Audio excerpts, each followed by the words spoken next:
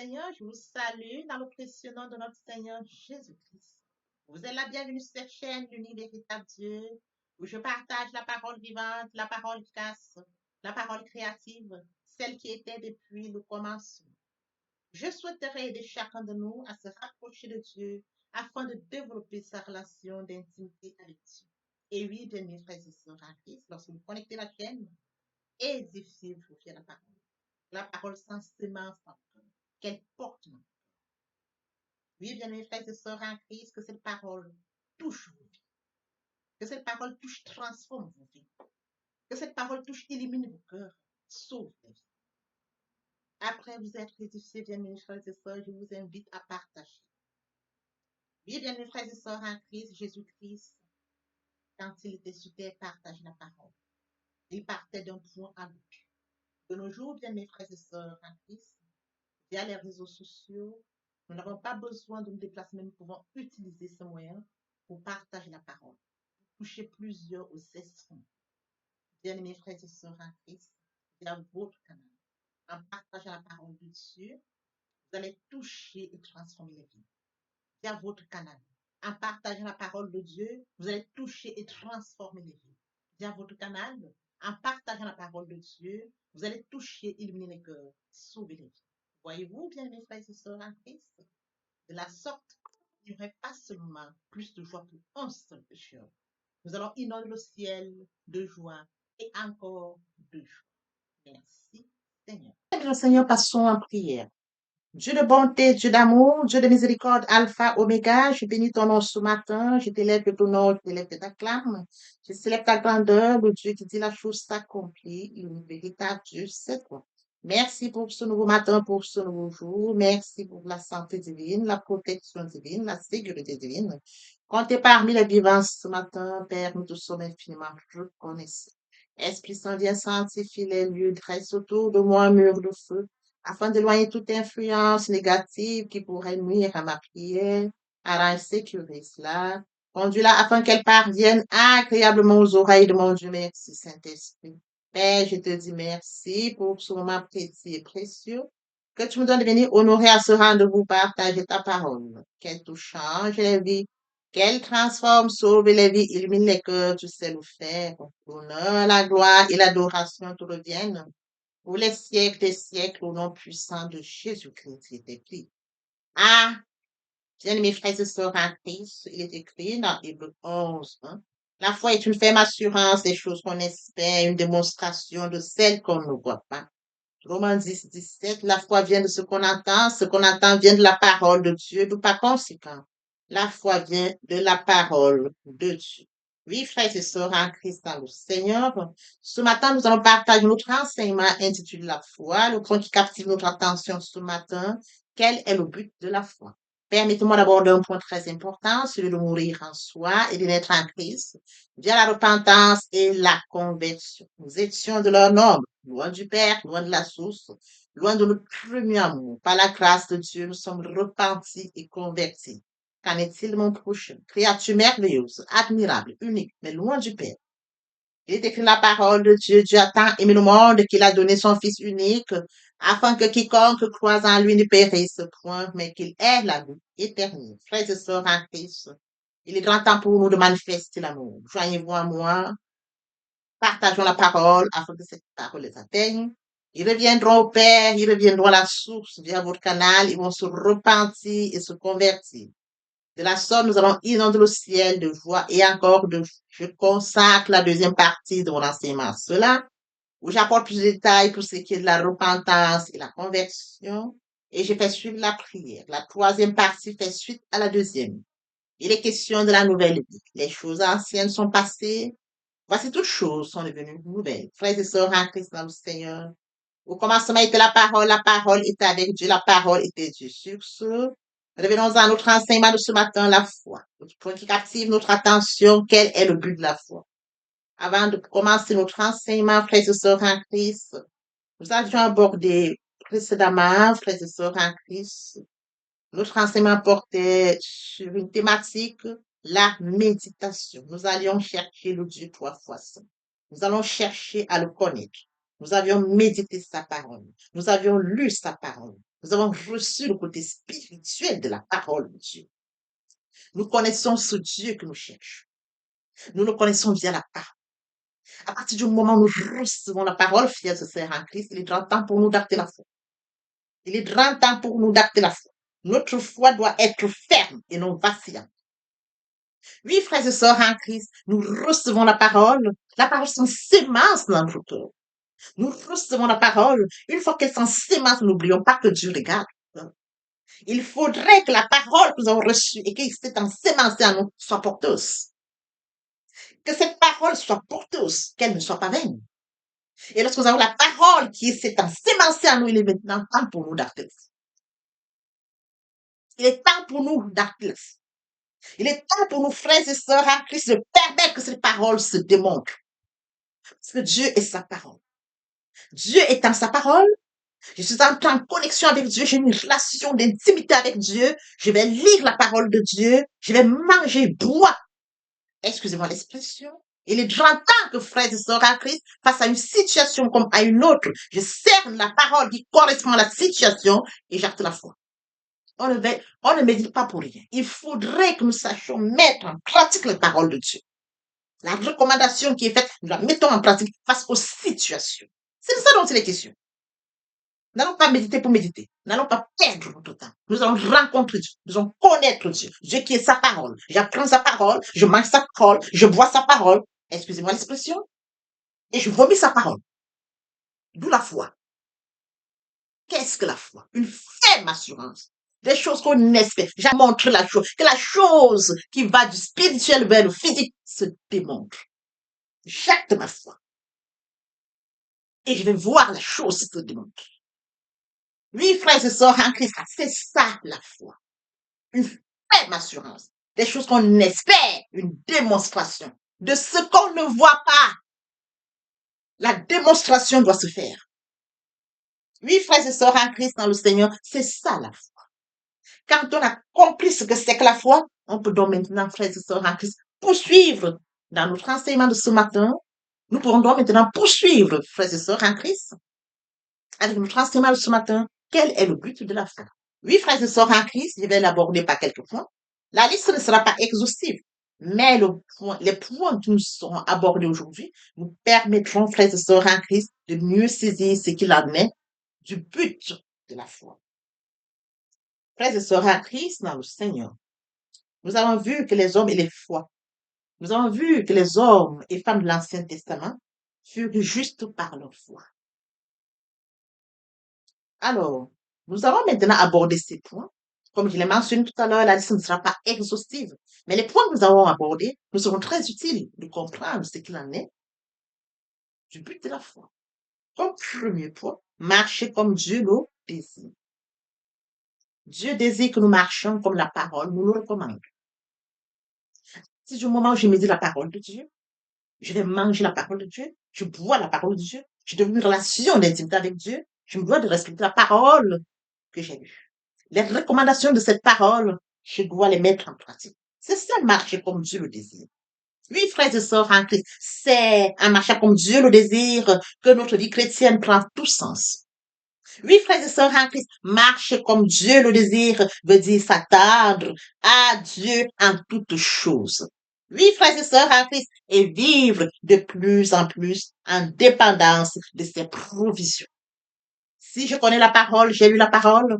Si je marche comme Dieu le désire, je mets en pratique la parole, frères et sœurs en Christ, je pourrais vivre de plus en plus en dépendance de ses provisions. Comme mentionné, frères et sœurs, dans 2 Corinthiens 5, 7, car nous marchons par la foi et non par la vue. Quel est notre but de la foi? Deuxième point. Le but de la foi est aussi d'être juste devant Dieu. Je dois être juste devant Dieu. Je sers un Dieu juste. Je sers un Dieu juste et je me dois d'être juste. Dans Romains 5, 1, étant donc justifiés par la foi, nous avons la paix avec Dieu que notre Seigneur Jésus-Christ. Je sers un Dieu juste, je me dois d'être juste. Étant donc justifiés par la foi, nous avons la paix avec Dieu par notre Seigneur Jésus-Christ. Nous pouvons bien évidemment lire dans Romains 10, 38, Et mon juste vivra par la foi. Mais s'il se retire, mon âme ne prend point plaisir de lui. Le but de la foi est aussi d'être juste. Je me dois d'être juste devant Dieu. Le juste vivra par la foi. Le juste vivra. Et je dois être juste. Je dois être juste comme Dieu me le recommande. Si je suis juste, oui, frères et sœurs en Christ, je vivrai par la foi comme mentionné dans Romains 10, 38. Et s'il se retire de mon âme, s'il se retire, mon âme ne prend point. À partir du moment où vous vous retirez de Dieu, frères et sœurs en Christ, vous êtes loin de Dieu. Vous êtes perdus. Vous n'êtes plus sous sa protection. Vous êtes loin de vous. Vous êtes libre. Et le diable peut s'accaparer de votre vie. Quel est votre but de la foi? Troisièmement, le but de la foi est de sauver les âmes. Oui, frères et sœurs en Christ, lorsque je partage la parole de Dieu, la parole atteint plusieurs personnes. Ils prennent connaissance de la parole. Ils n'ont pas compris ce que c'est que la parole. Mais à partir du moment où ils viennent du son de m'avoir écouté, frères et sœurs en Christ, ils commencent à comprendre ce que c'est que la parole de Dieu. Nous devons sauver les âmes. Il est écrit dans Romains 10, 39. Nous ne sommes pas de ceux qui se retirent pour se perdre, mais de ceux qui ont la foi pour sauver leur âme. Nous devons sauver les âmes. Les créatures merveilleuses de Dieu, les créatures admirables de Dieu. C'est de la même manière chaque fois, j'ai toujours la deuxième partie de mon enseignement où je consacre, frères et sœurs, à la repentance et la conversion. C'est ça, sauver les âmes. Chaque fois que je commence mon enseignement, je lance cet appel. Joignez-vous à moi afin qu'ensemble, nous partageons la parole et que la parole les atteigne. C'est ça, sauver les âmes. Lorsque nous partageons la parole les atteint. Ils vont s'édifier. Ils reviendront à leur premier amour. C'est ça, sauver les âmes. Oui, frères et sœurs en Christ, du son de ma voix, chaque fois, je rappelle cela. Parce que, frères et sœurs, nous devons sauver les âmes. Quel est votre but de la foi? Le but de la foi est d'obtenir le salut des âmes. Le salut des âmes. Dieu a tant aimé le monde qu'il a donné son Fils unique afin que quiconque croise en lui ne périsse pas, mais qu'il ait la vie éternelle. J'ai connaissance de ce verset, mais mon prochain n'a pas connaissance de ce verset. Il est loin du Père, il est loin, mais il faudrait que son âme soit sauvée. Je vous appelle chaque fois. Voyez-vous à moi, ce n'est pas par plaisir. Ce n'est pas par complaisance. C'est pour que nous puissions sauver les âmes. Oui, mon frère, que tu te joignes à moi. Ma soeur, que tu te joignes à moi. Que nous partageons et que ces âmes soient sauvées. C'est ce but de la foi. Il est écrit dans 1 Pierre 1, 8, 9.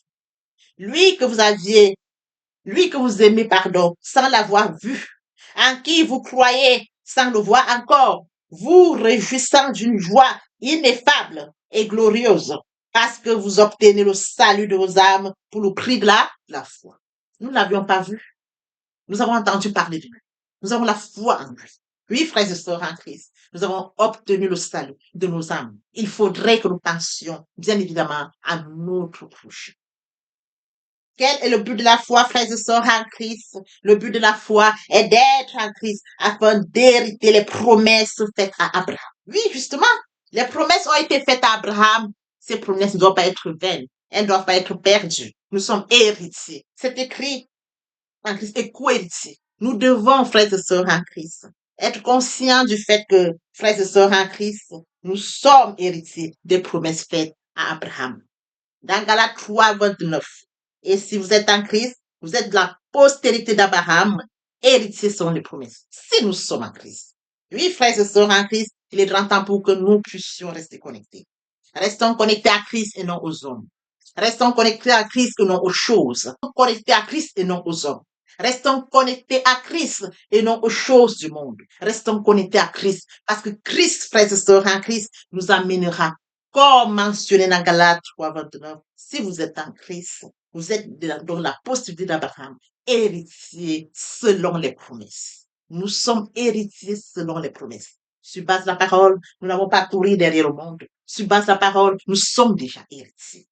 Du moment où nous avons conscience que nous sommes héritiers, Dieu nous a compris dans notre héritage. C'est de ça dont il est question. Ce n'est pas un homme qui nous donne l'héritage. Ce n'est pas un homme qui nous accompagne dans notre héritage. C'est Dieu qui nous montre comment accéder à notre héritage. Voyez-vous, sur la recommandation de Dieu, sur base de la révélation, Dieu nous accompagne dans notre héritage. C'est Dieu qui nous accompagne et non l'homme dans l'héritage. C'est Dieu qui nous accompagne et non les amis dans les étages. Dieu nous utilise, nous accompagne pour que nous puissions accéder à notre héritage. C'est de ça dont c'est question. C'est Dieu seul qui pourra nous orienter dans notre héritage. Parce qu'il est Dieu. Il peut utiliser qui il veut pour nous accompagner dans notre héritage. Si nous avons foi en Dieu, nous accédons à notre héritage. Notre foi doit être basée sur la parole de Dieu. Dieu et sa parole. Si la foi est actée sur la base de la parole de Dieu, nous allons hériter les promesses, comme mentionné dans Galates 3, 29. Et si vous êtes à Christ, vous êtes donc la postérité d'Abraham, selon. Et si vous êtes, comme mentionné dans Galates 3, 29, et si vous êtes à Christ, vous êtes donc la postérité d'Abraham, héritier selon les promesses. Papa, je t'aime. Papa, je t'aime. Oh, papa, je t'aime. Tu es mon papa. Papa, je t'aime. Papa, je t'aime. Oh, papa, je t'aime. Tu es. Voici où nous allons poursuivre les deuxième et troisième partie de notre enseignement. C'est riche et important pour compléter cette première pour notre édification. Sur ce, je vous prie dans l'oreille pour la suite.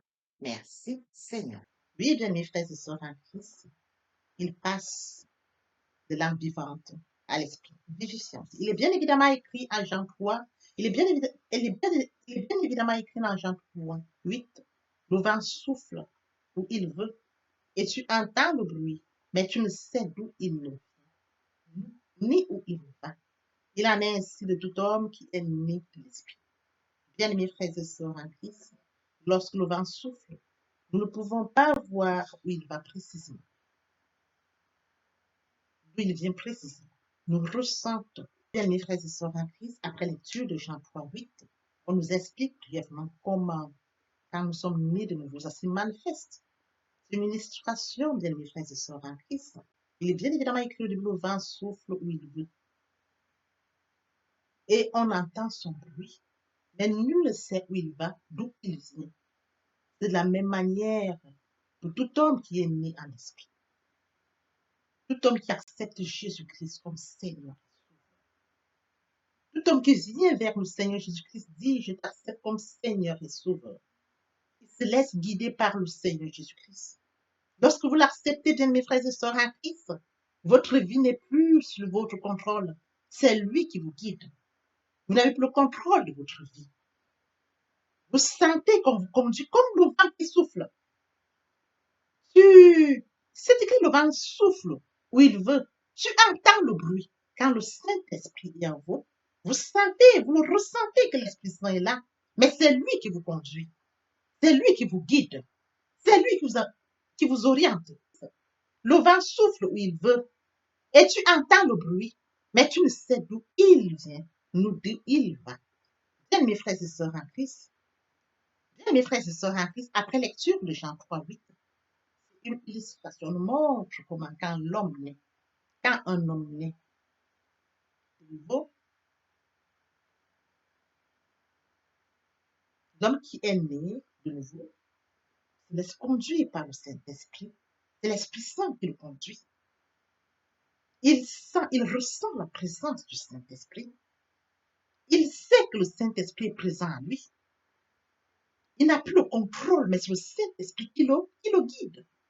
Comme mentionné ici, le vent souffle où il veut.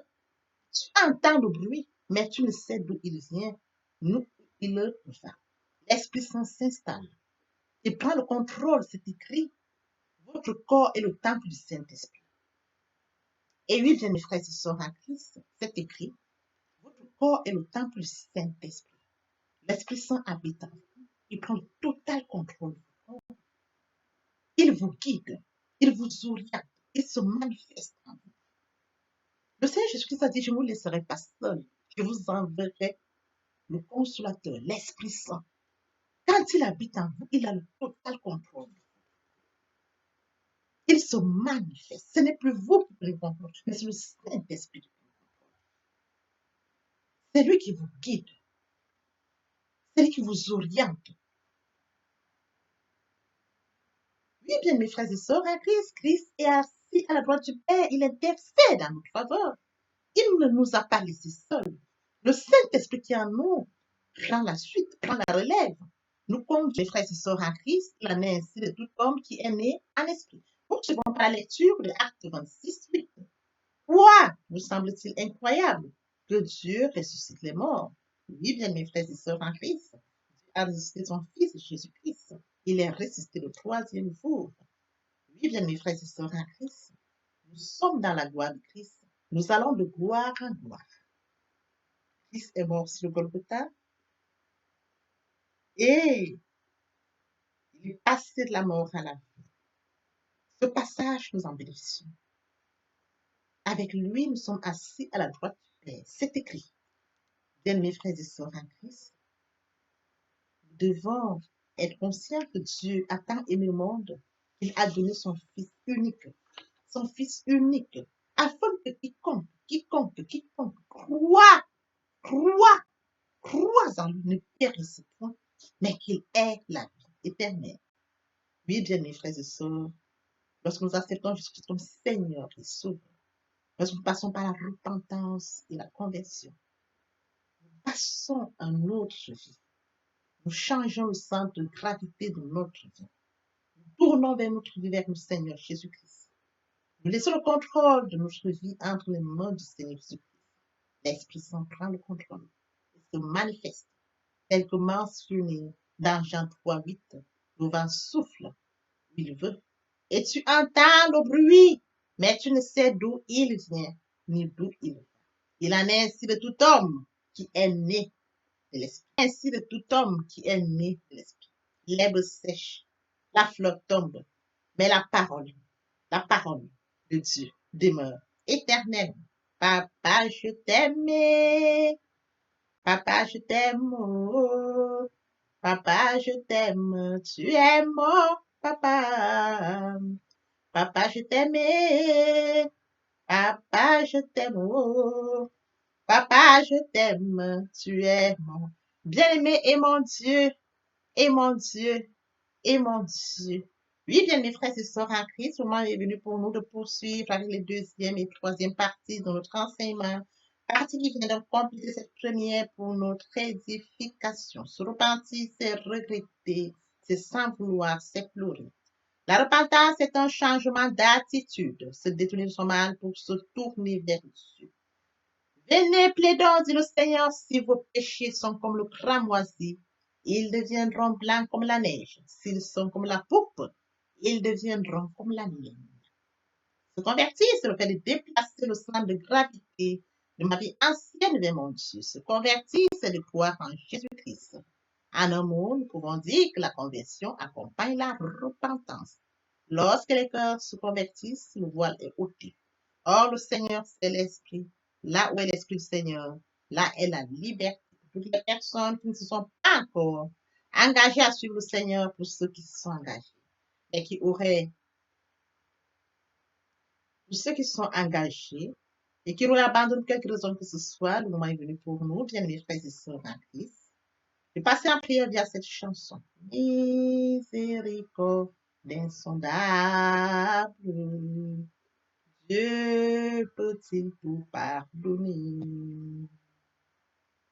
Absoudre si coupable et mes péchés oubliés. Jésus,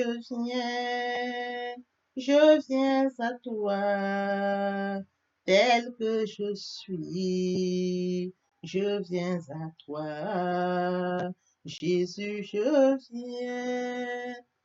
viens à toi, tel que je suis, papa. Ah, répétez après moi la prière, Seigneur Jésus. Je m'engage à te suivre tes souffles. Je sais que tu es mort sur la croix de Golgotha. Le troisième jour, tu es ressuscité afin que je sois justifié. Merci, Père, pour l'œuvre de la foi. Merci pour l'amour que tu as manifesté au travers de ton Fils. Merci, Seigneur, pour le salut de mon âme. Merci pour avoir sauvé mon âme. Amen. Notre Père Céleste, merci pour tes âmes précieuses. Merci pour l'engagement que tu leur donnes. Mon Dieu, mon roi, je te prie de veiller, de conduire afin qu'il y reste. Le Dieu qui sait faire, qui peut faire, je laisse entre tes mains. L'honneur, la gloire, l'adoration te reviennent pour les siècles des siècles. Au nom puissant de Jésus-Christ, je t'ai prié. Amen. Oui, bien, mes frères et sœurs, en Christ dans le Seigneur, après cette sincèrement repentie et converti, il faut y rester, il faut y demeurer. Comment le faire? Premièrement, invoquer le Saint-Esprit. L'Esprit Saint prendra contrôle durant la méditation. Poursuivra la lecture du verset ou du texte qui servira d'appui durant la méditation. Matthieu 4, 4, l'homme ne vivra pas seulement de pain, mais de toute parole qui sort de la bouche de l'Éternel. Méditer la parole, c'est l'approfondir, c'est la mûrir, c'est aller en réflexion profonde. Ce livre de la loi ne s'éloigne point de toi. Médite-le jour et nuit. Que ce livre de la loi ne s'éloigne point de toi. Médite-le jour et nuit. C'est alors que tu auras du succès dans tes entreprises. C'est alors que tu réussiras. Suivra la réception, bien-aimés, lorsque nous donnons. Oui, bien, mes frères et sœurs, suivra la réception, on ne donne que ce qu'on reçoit. Lorsqu'on plante une graine, on s'attend à la récolte. En louange la parole, en adoration la parole, en jeûne et prière la parole, déclarer la parole au moment opportun. Nous observons tout ça. Et oui, bien, mes frères et sœurs en Christ, après avoir médité la parole, nous devons recevoir la parole. Recevoir la parole via la foi. La foi est une ferme assurance des choses qu'on espère, une démonstration de celles qu'on ne voit pas. La foi vient de ce qu'on entend. Ce qu'on entend vient de la parole de Dieu, de par conséquent. La foi vient de la parole de Dieu. Recevoir la parole via l'obéissance. L'obéissance veut mieux que le sacrifice. Et l'observation de sa parole veut mieux que la rébellion. Après cela, bien aimé, il faut mettre en pratique la parole. On donne tout ce qu'on reçoit. Et oui, bien mes frères et sœurs en Christ, lorsqu'on plante une graine, on s'attend à la récolter. Et oui, bien mes frères et sœurs en Christ, lorsque nous plantons, nous attendons une récolte. En louange la parole, l'adoration la parole. Et oui, bien mes frères et sœurs en Christ, en louange la parole, à l'adoration la parole, en jeûne et prière la parole, déclarer la parole au moment opportun. Nous observons toutes ces étapes, nous verrons que nous allons grandir spirituellement, tout en gardant une relation d'intimité avec Dieu. Que l'Éternel Dieu vous bénisse ainsi vos familles respectives. À très bientôt. Amen.